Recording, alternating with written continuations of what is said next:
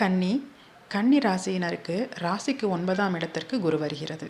ஓடி போனவனுக்கு 9ல் குரு என்பார்கள். அதாவது 9ல் குரு அதிர்ஷ்டத்தை கொடுக்கும் என்பதாகும்.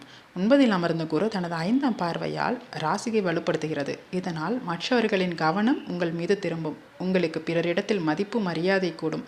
இதுவரை பகைமை பாராட்டியவர்கள் கூட இப்பொழுது நட்புறவு பேணுவர். ராசியில் அமர்ந்த கேது இதற்கு முன் ஆசைகளை தூண்டி ஏங்க வைத்து இருக்கும்.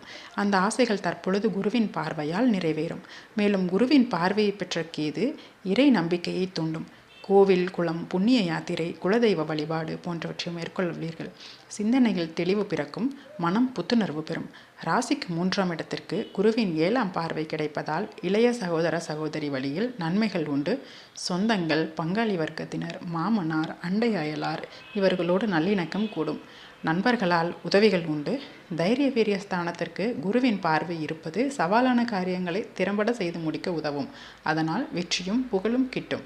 ராசிக்கு 5ஆம் இடத்திற்கு குருவின் 9ஆம் பார்வை படுவதால் காதலிப்பவர்களுக்கு காதல் கைகூடும். திருமணத்தில் முடியும். கேட்ட இடத்தில் உதவிகள் கிடைக்கப்பெறும்.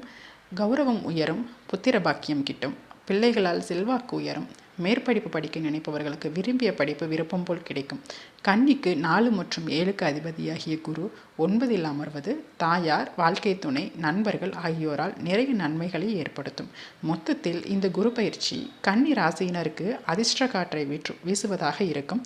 சரியான முறையில் பயன்படுத்திக் கொள்வது நல்லது.